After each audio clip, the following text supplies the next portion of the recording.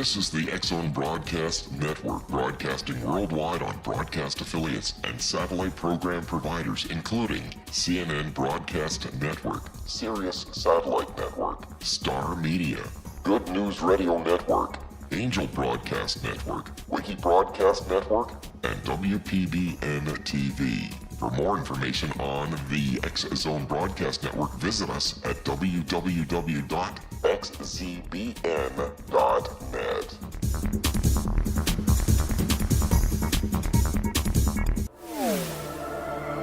The X-Zone Radio Show with Rob McConnell is largely an opinion talk show. All opinions, comments, or statements of fact expressed by Rob McConnell's guests are strictly their own and are not to be construed as those of the X-Zone Radio Show or endorsed in any manner by Rob McConnell, rel-mar McConnell Media Company, the X-Zone Broadcast Network, its affiliated networks, stations, employees, or advertisers.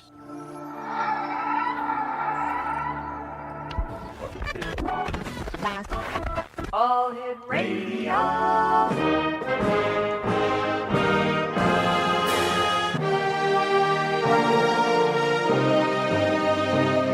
Welcome to the X-Zone, a place where fact is fiction and fiction is reality. Now, here's your host, Rob McConnell.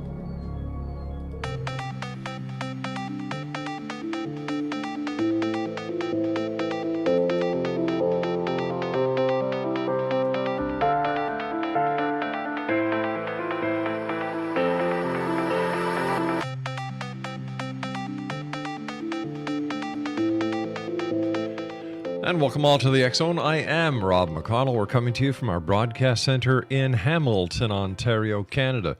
If you'd like to send an email, xzone at xzoneradiotv.com, on all social media sites, X-Zone Radio TV, and our main radio website where you can listen to past editions of the X-Zone. You can find out what we've done, what we're doing, and what we will be doing in the future at www.xzoneradio.com. And the X-Zone comes to you Monday through Friday right here on the Mutual Broadcast Network, Talkstar Radio Network, and X-Zone Broadcast Network, and in Europe on Radio X. My guest this hour, X-Zonation, is Buddy Thayer. He founded Ocean State Paranormal in 2012, but he had investigated previously with a now defunct group. However, he did have the benefit of learning from a former member of TAPS, who was not a cast member, but had traveled with the team to Tombstone and worked on the sidelines, and learned from Grant and Jason.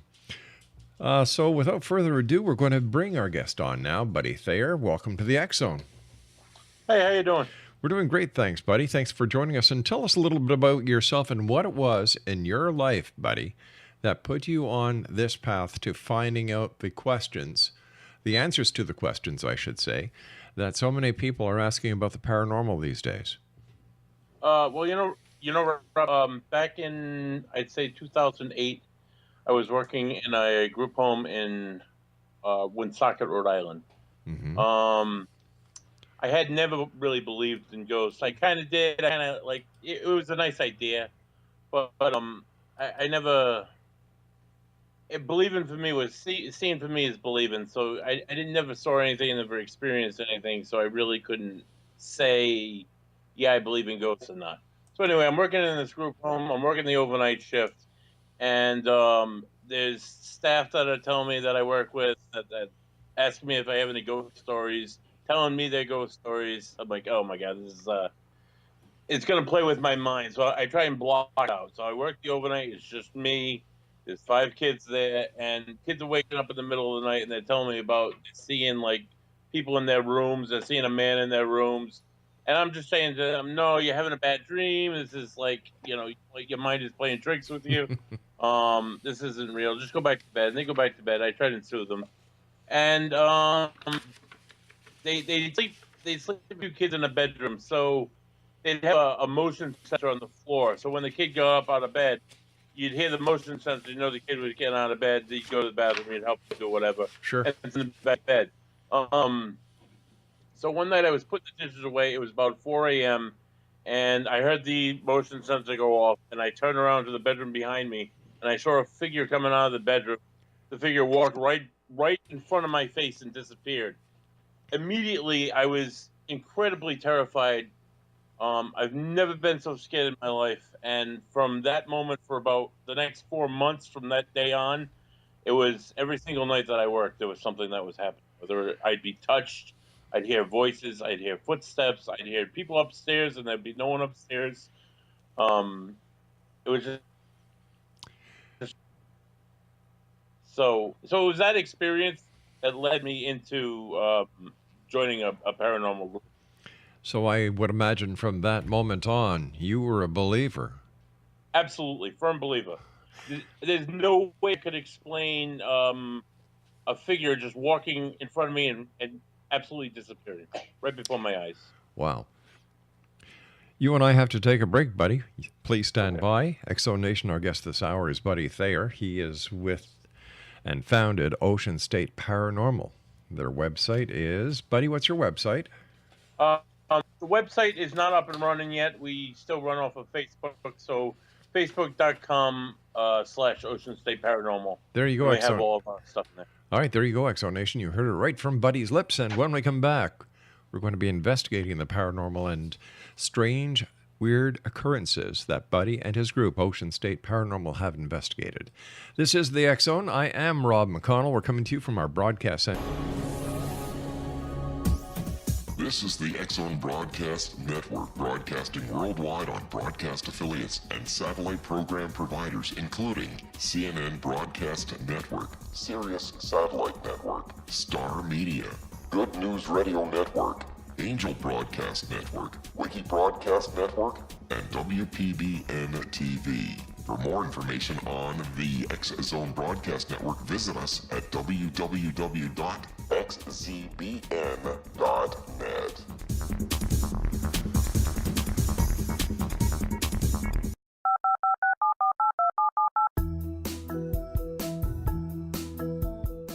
Did you know that when you're on the road with limited data or Wi-Fi, you can still listen to the X Zone Radio Show with Rob McConnell, The Science of Magic with Gwilda Wiyaka, X-1, Dimension X, Space Patrol, and every minute of the X Zone Broadcast Network by calling 213-401-0080, courtesy of Audio Now. No smartphone, app, or internet needed. It saves your data plan and it's free if you have unlimited minutes. Call 213-401-0080 to listen on any phone, anytime, anywhere. Remember 213-401-0080 for the best of the paranormal, parapsychology, and sci-fi radio programming anywhere, 24/7, 365.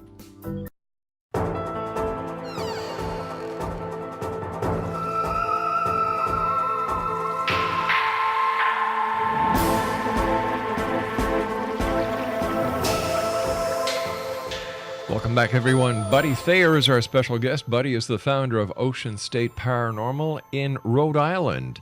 And if you'd like to visit their Facebook page, it's facebook.com/Open State Paranormal. Buddy, do you believe in demonic entities as well as spirits, ghosts, and you know, the regular run-of-the-mill paranormal stuff? We had a case of the third of that. I believe that there's something definitely negative. I can't, I won't label it demonic or anything like that. That's more of a religious connotation, but definitely. We had a case going back, this is about 2013. She was referred to us at a paranormal conference that we were at, and it was a woman. She was about in her 30s. She was Dominican. She lived in Providence. Her mother lived with her. Her mother was about 56, 57. And then they had their niece living with them, who was about, I'd say she was 8, 9 months old. Okay? Yeah. So the woman was had experiences of, like, seeing people in her house, seeing faces in the window, seeing faces in the mirror, feeling something touch her at night, something touch her sex at night.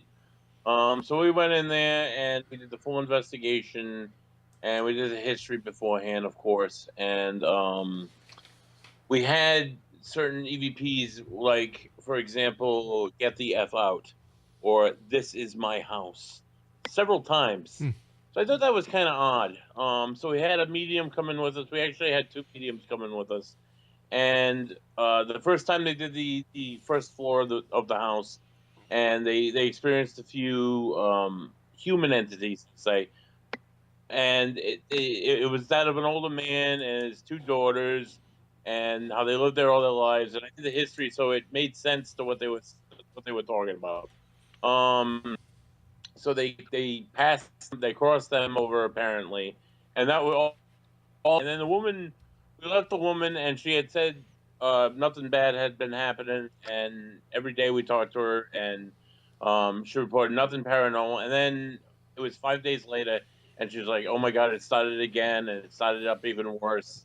And it's coming after, like, it's the baby's crying at night, and my mother's starting to, like, the mother didn't believe in it, anything at all. She was very religious, but then stuff started happening and couldn't explain. So we came back in with the medium, and we hadn't gone down there before. We went down there.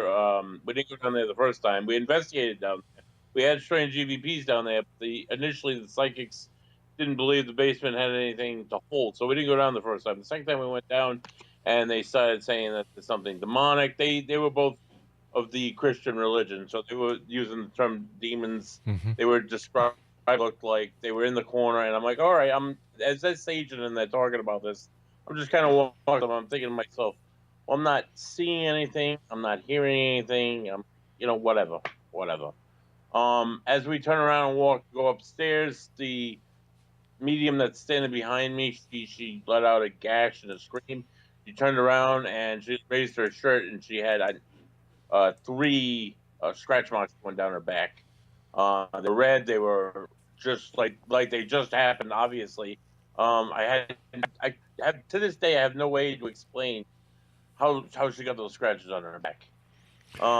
So we went upstairs. We ended up talking to the client for a few minutes. We left, and I contacted a demonologist by the name of Joe Andrade. He came down and did a house blessing. Now that itself was kind of surreal. There was a lot of, like, things I couldn't explain. It's like temperature change, and we were all experiencing, like, weird, like, pains, specifically in our back. There was Joe, his partner, the client, and me and my one of my assistants, and we were just there basically to observe. And it was a lot of weird stuff happened. I was hearing voices myself, like people in the other room, but there was nobody there. It was just from that point on, Joe took the case, the demonologist, and he worked with the client. And we just tend not to do that anymore, because I'm a ghost guy. I love the ghosts. I love tying the history into the present, but that's a little bit more than I'm into. So what is the thrill that ghost hunters or ghost researchers get? Why do you guys do what you do?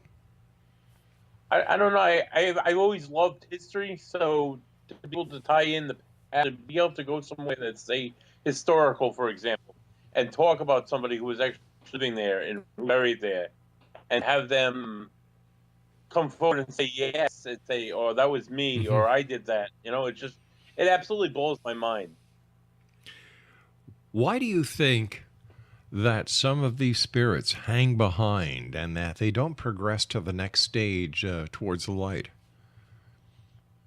Well, in Ocean State Paranormal, we do a lot of residential cases. So a lot of the times I experience, or what we can theorize as a family, a man and a woman get married, and they buy a house, and they have like 2 or 3 kids, and they raise their kids in the house, and their kids go on and they go off to school, and then their kids get married, and this couple lives in this house all their lives.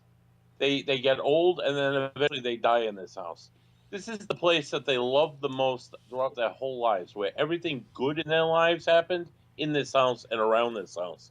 So, of course, naturally, maybe they're going to want to hang out at this house after they pass. I don't know. That's my best guess. maybe, or maybe they have something that they feel they should hang on for, or maybe they feel guilty about what they did in life, and that's why they're. I couldn't tell you. I guess that's the $10 million question, huh? Yeah, that's what we're all in it for. What kind of training did you do you and the other members of the Ocean State Paranormal have? As far as with Ocean State Paranormal, I studied history my whole life. I went to college in history. So research is my primary thing with Ocean State Paranormal. Now, before I did Ocean State Paranormal, I was involved with another group, and the gentleman in charge of that group kind of showed me the ropes, the basics of listening to audio, how to listen, for those really low frequency things that you end up re-listening to, and it's like usually an EVP or something, or how to look at photographs, how not to fool yourself by matrixing something that's not there, like something that's there and making it look like something, like a tree looking like a face. It's just the way it grows. Just looking at things with more of a scientific eye. Here we are in the year 2016, Buddy. Why do you think paranormal investigating is so popular? It hasn't. Is it so popular now because of the TV shows, maybe? But paranormal investigating has been popular the last 200 years. It's in more media, more of a stage for the paranormal to be on, So what is going to happen when paranormal investigators find the evidence they're looking for, whatever that may be? What do they do with it? Well, we go to shows and conferences, present it to the public, as evidence of the paranormal, I could say, and that's really our goal, and to help out. When we go into red places, we try and help people to either accept there are ghosts in their house, is the evidence to prove it, or there aren't ghosts in their house, and here's the evidence to prove it. So that's really what I do right now. When we go into people's houses, we look for everything but paranormal, because people will look at paranormal, 100 times to 1 if they believe it. They'll want it to be paranormal. How many cases have you and the Ocean State Paranormal Group investigated so far, since you've been on the scene since 2012? We're about to go into case 25. We're about to book case 25, which is going to be in Fall River, Massachusetts. Each case we've gone to multiple times. I was talking to case 22 just this evening. We're planning on going back there again. We do historical houses. We go back there a few times. So, at least close to 100 investigations, I'd say, since 2012. So what are you going to do? Like, I understand that you people go to conferences and that you exchange, you talk to the public about your finds and so on and so forth. But once you've established that it's real, what more can you do, and why do you keep doing it? Well, okay, so 2 falls ago, we started at libraries around Rhode Island, and we go to libraries to give presentations. We present evidence. Right now, that's all I'm really interested in. I don't know if I can. I guess I could write a book someday, but I don't feel like I've had enough experience yet. I feel there's people out there who are writing books now out of Rhode Island who have been doing this for like 40 years. So I feel that I'm not there yet. Mm-hmm. I'd like to experience a little bit more before I make some theories and conjectures about this field. What kind of equipment do you use? The best equipment for the paranormal investigator is the investigator themselves. You go into a place, you sit there, you're quiet, you're listening, your ears, you're listening for the sounds outside the house, outside the site. Your smells, you're getting used to like how the house creaks or how the building creaks when you're in it. When, during traffic coming by or whatnot, or people walking up a hallway, actual people walking up a hallway. So yourself, the paranormal investigator themselves is the best tool. After the paranormal investigator, I find I have a Sony digital recorder. Mm-hmm. It cost me maybe $50 at Walmart, and it's the best. I captured the best audio evidence on that by far, hands down. All right, you and I have to take our news break at the bottom of the hour, Buddy. Stand by. XO News. This is the X-Zone Broadcast Network, broadcasting worldwide on broadcast affiliates and satellite program providers, including CNN Broadcast Network, Sirius Satellite Network, Star Media, Good News Radio Network, Angel Broadcast Network, Wiki Broadcast Network, and WPBN TV. For more information on the X-Zone Broadcast Network, visit us at www.xzbn.net.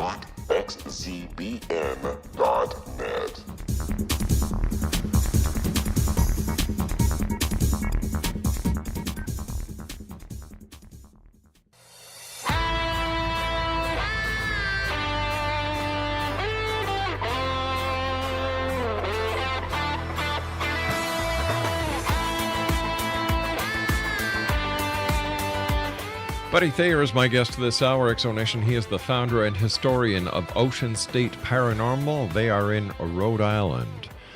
Tell me, Buddy, where is the creepiest, the most haunted place in all of Rhode Island?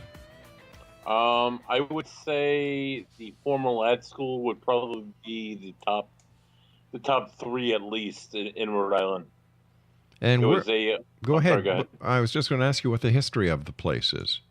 Oh, the history of the place. It was founded in the turn of the 20th century as an institution for they called the feeble-minded back in those days, developmentally disabled. It started as that, and then it turned into social pariahs went there, and kids guilty of truancy, or kids that stole, or like people who murdered that were underage. Everybody went there. And it became immensely overpopulated. In the 70s, scandals broke out that there was atrocities at the dental school, and there were atrocities in the residential units where people were getting abused, or people were getting raped, people were getting buried out in the backyard type situation. The place finally closed in the 80s, and was off limits to anybody for forever. Cops would patrol there regularly, which was kind of a good thing because they were dilapidated buildings and people could get hurt. But we ended up getting into that place legally in November of 2014, before it was torn down the following spring. And that was absolutely incredible. Tell me, Buddy, why do you think these ghosts hang around these places with so many people going through, trying to get EVPs, trying to, make contact with the other side? Why, I can't understand, and neither can a lot of listeners, why they keep going to Waverly Hills, they go to the Gettysburg. How can these ghosts just stick around? I don't know, but I work with people. That's what I do for a living. I work in psychology. So I see the worst of people, and people do the worst things for attention. They seek attention. So maybe in the afterlife, they're just seeking attention, and they can get it at places like Waverly, places like Gettysburg, where they're there, and people are there to appreciate them for the most part. I don't know. Could it be that some of the researchers, investigators, or ghost hunters, are they themselves who are seeking the attention and manifest these apparitions and these sounds themselves just to get their little 15 minutes of fame and glory? Well, I got to tell you, I have seen like paranormal groups or people that consider themselves to be paranormal groups, completely fake evidence. Really? And do it just to get their own attention. I have seen that. That does happen, unfortunately. But what does that do to groups like yours who are trying to do everything the right way, seeking permission, using respect when doing your investigations? How do you feel as someone who takes this very serious when other members of the paranormal community are just fudging their own evidence? Well, in certain cases, it's laws from getting into certain places because they had one bad experience with one bad group, and they don't want to do it anymore. And they have incredible, historical value, or they have incredible paranormal value to offer. They just won't do it anymore just because of small groups like that, or groups like that. People just looking for their own attention, so they ruin it for everybody else. It's situations like that. But with us, we prove ourselves by our own merit. So the work that we do, it kind of proves that we're in this for the long haul. We're not in this to get attention for ourselves. With over 16,000 paranormal investigating groups in the United States today, and that's just those who investigate haunted houses, seeking proof of the afterlife. If you were just to take the 16,000 with an average of 5 people per group, each group will spend anywhere from 10 to 20 hours a week doing what they enjoy doing. Mm-hmm. Thousands and thousands of dollars of equipment that have been purchased by the groups, self-funding. Yep. Over the past, let's say, 5 years, and yet no one has come up with the smoking gun. How come? I don't know. Wrong place, wrong time, I guess. I got we invested in video equipment about a year and a half ago, and out of the 4 or 5 investigations that we've done with the video equipment, I've watched hundreds of hours of video equipment and just dust like rolling by, or just like a blank room, an empty room for like endless hours. It's incredibly boring. But there's one small piece. I got one small piece of video evidence, and it's absolutely incredible. What so you is get this one little drop in a huge pond, and it makes it worthwhile. But not everybody's gonna get that. I don't know. It's just we were in the right place at the right time. I think that's all. It just happened to be somebody walking by, and we happen to be there with a video camera. So I think that's people get it every now and again, but it's I don't know. Okay, so do you take your video footage that you feel that you've caught something on and bring it to an expert for an analysis, or do you just say this is the evidence that we've been seeking? I have one piece. I haven't showed it to anybody. We show it at conferences. I won't present it as evidence yet. I just have one piece that will show it like conferences that we go to. I won't post it on the page yet because I'm not 100% sure.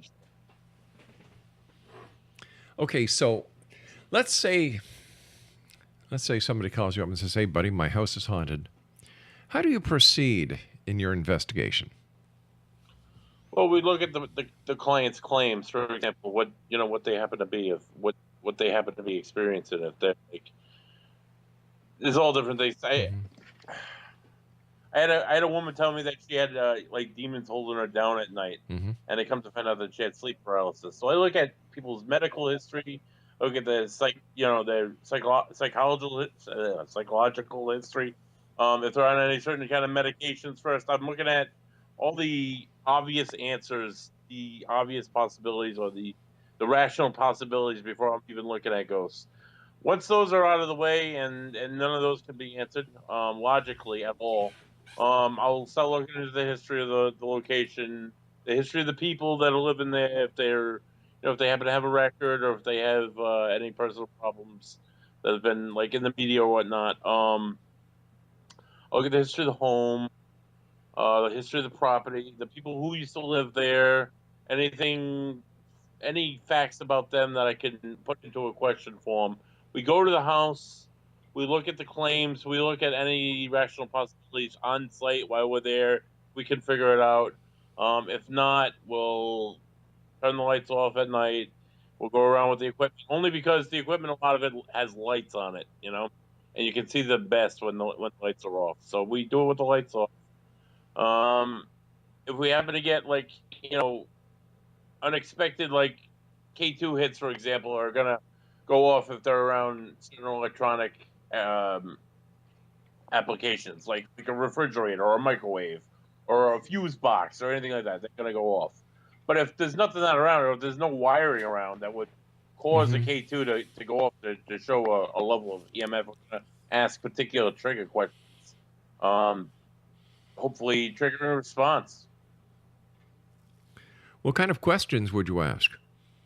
Okay, for example, my second case, the person who built the house, he was a captain in the Civil War. He was captain of the 1st Rhode Island Cavalry Division. So me and the woman I was with, we talked about things that, for example, that a cavalry officer would carry into battle. You know, a flintlock, a cavalry sword. He rode a horse. We were talking back and forth like that. There was an old man's voice that said, "I did that," and it was just me and this woman. So I had no explanation. We had this clear as day voice. You would think the man was in the room with us. So apparently, I triggered some kind of response by talking about what he did in the Civil War. And did you get that on tape? Absolutely, that's available on our site. Okay. Do you do your investigations just at night or during the day as well? We have them during the day as well. I've had mixed success. I don't think it really matters daytime and nighttime. I don't think it really matters like 1 o'clock in the morning to 3 o'clock in the morning. Like some people do it like late, early hours of the morning. I don't think it matters. So when you go out, do the investigation, you gather all the evidence, you bring it back, you review the evidence, and then do a final report, meet with the client, and discuss your findings? Yeah, we review amongst the whole group, and if we don't all agree on what we think it is, it's all similar or the same, we won't even present it to the client. If it's just a noise or a knock or a tap, we're not going to present it to the client. We're not going to give them any like false hopes or anything. If it's going to be paranormal, it's going to be definitely like, here you go. There's no other explanation we have for it. We think it's paranormal. See what you think. Okay, so you give them the evidence. What happens then? They can have us come back for another investigation. We can do, if they want a cleansing, we can do a cleansing. If they want a medium to come in, we can have a medium come in. If they want a house blessing, we can arrange that for whatever religion they are in. Really, I can't like wave my wand. I don't really know what else, to clear a spirit. A medium could do that, I guess. We've had mediums that said they've done that, but I really don't know 100% that a house, quote unquote, clear. How do you deal with skepticism? Because not everyone's a believer. No, I know. I just try and provide the experiences that I've had and what I've gone through, and that's all I can really do. I can't really attest for anybody else. A lot of TV shows these days on certain channels. Yes. They're called reality TV shows, but the ones I've seen are anything but reality. Yep. Are these shows an asset to legitimate paranormal groups, or are they a hindrance? I think it makes us look like a joke.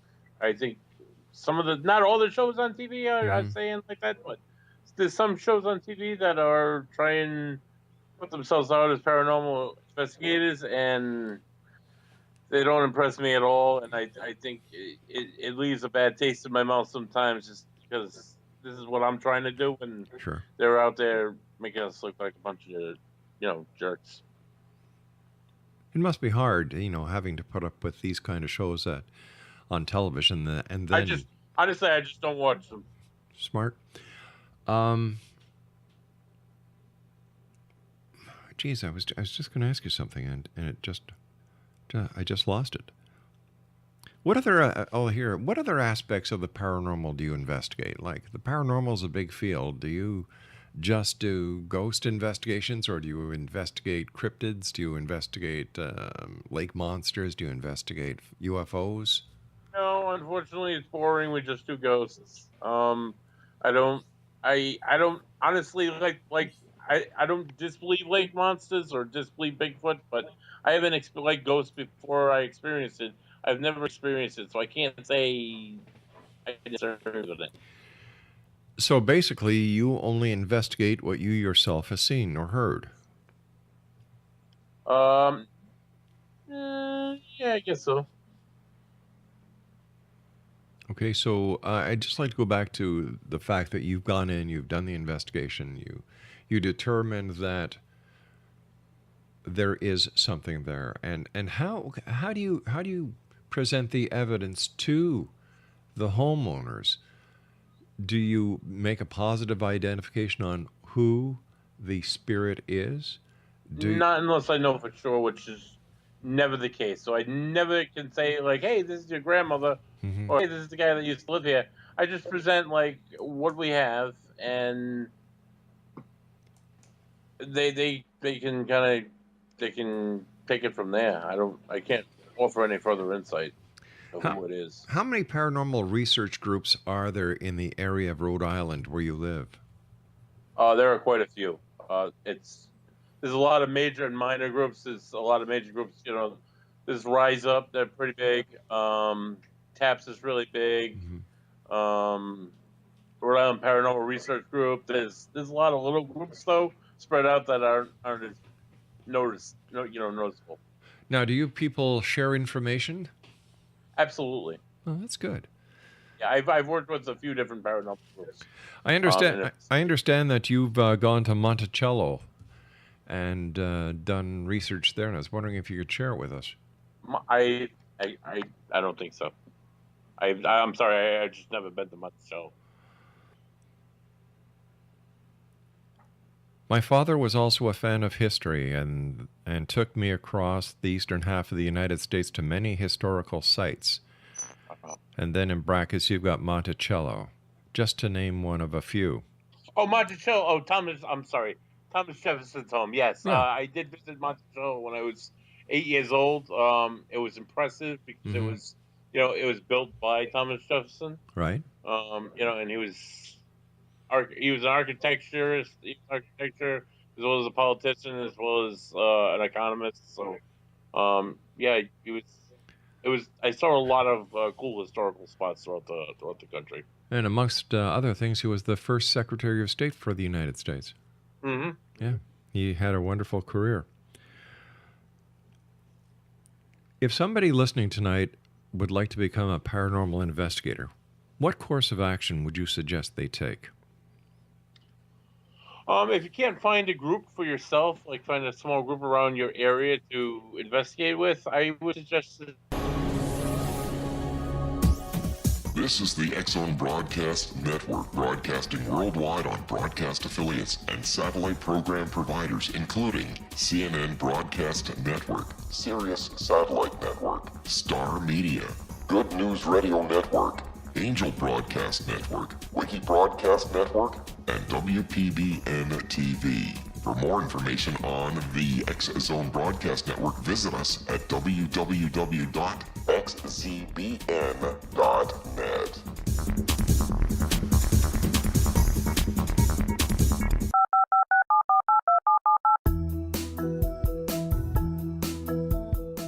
Did you know that when you're on the road with limited data or Wi-Fi, you can still listen to the X-Zone Radio Show with Rob McConnell, The Science of Magic with Gwilda Wiyaka, X-1, Dimension X, Space Patrol, and every minute of the X-Zone Broadcast Network by calling 213-401-0080, courtesy of Audio Now. No smartphone, app, or internet needed. It saves your data plan and it's free if you have unlimited minutes. Call 213-401-0080 to listen on any phone, anytime, anywhere. Remember 213-401-0080 for the best of the paranormal, parapsychology, and sci-fi radio programming anywhere, 24/7, 365.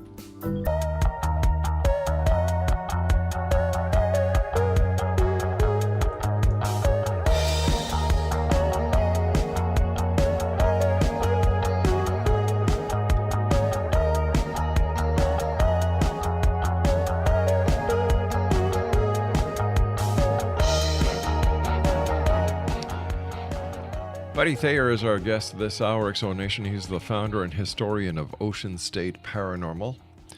And if you'd like to find out more information about Ocean State Paranormal, visit them on Facebook at Ocean State Paranormal. Buddy, what are your words of wisdom, your final thoughts for the X-Zone Nation tonight? Words of wisdom. Respect the living, respect the dead, like you said. We absolutely try and do so. Don't desecrate, don't destroy, and always be safe. Thanks for having me, too. Oh, it's our great pleasure, buddy. This next investigation that you're going to be working on, can you tell us a little bit about it without spilling the beans? Yes, it's a colonial home in Fall River, Massachusetts. It's dated pre-Revolutionary War, so it's dated about 1730. I think it was built, and the original owner owned what's now currently half of about Fall River, half about the city of Fall River. And he donated his land to the cause to help fund the cause against the British. So the case involves like phantom footsteps. People have seen like apparitions. People hear noises. So I'm excited to go in. Now, is your group the first group to go in? No, we're the third ones to go in. So why would he keep on having different groups in? Because he's a historical society, basically. So he's letting everybody take a taste, I guess. Now, does he charge you entrance fees? We donate. We will donate money to the society. Now, do you guys charge for your services? No, we do not.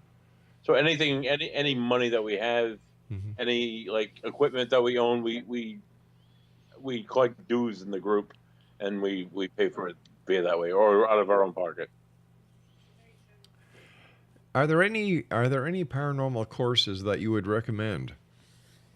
What's that? Paranormal courses? Mm-hmm. I would definitely recommend anybody to take some science courses before you do this. I was always a history guy, so a lot of this was when I first started. It was like it was like Greek to me because I was never a science guy. I would definitely take some science courses. So and maybe take some courses in psychology. Well, isn't a little bit of knowledge more dangerous than a lot of knowledge? And if people just take a little bit of this, a little bit of that, they may not be learning what they need to know. Oh yeah, find something you're good at, something you like, and then study that maybe. Buddy, thanks very much for joining us. And Exo Nation, Buddy Thayer has been our guest this hour. He is with Ocean State Paranormal. Let me see, their Facebook page is Ocean State Paranormal. That was easy. I'll be back on the other side of this news break at 6.5 minutes past the top of the hour as we continue here in the X Zone from our broadcast center in Hamilton, Ontario, Canada. The X Zone is a place where people dare to believe and dare to be heard. It's a place where fact is fiction and fiction is reality. And I wonder why people with these houses just keep on getting groups to come in and come in and come in, and then ka-ching, money, ka-ching, money, ka-ching, money. If they were so interested in the historical value of it, number one, you would think that they would get all the information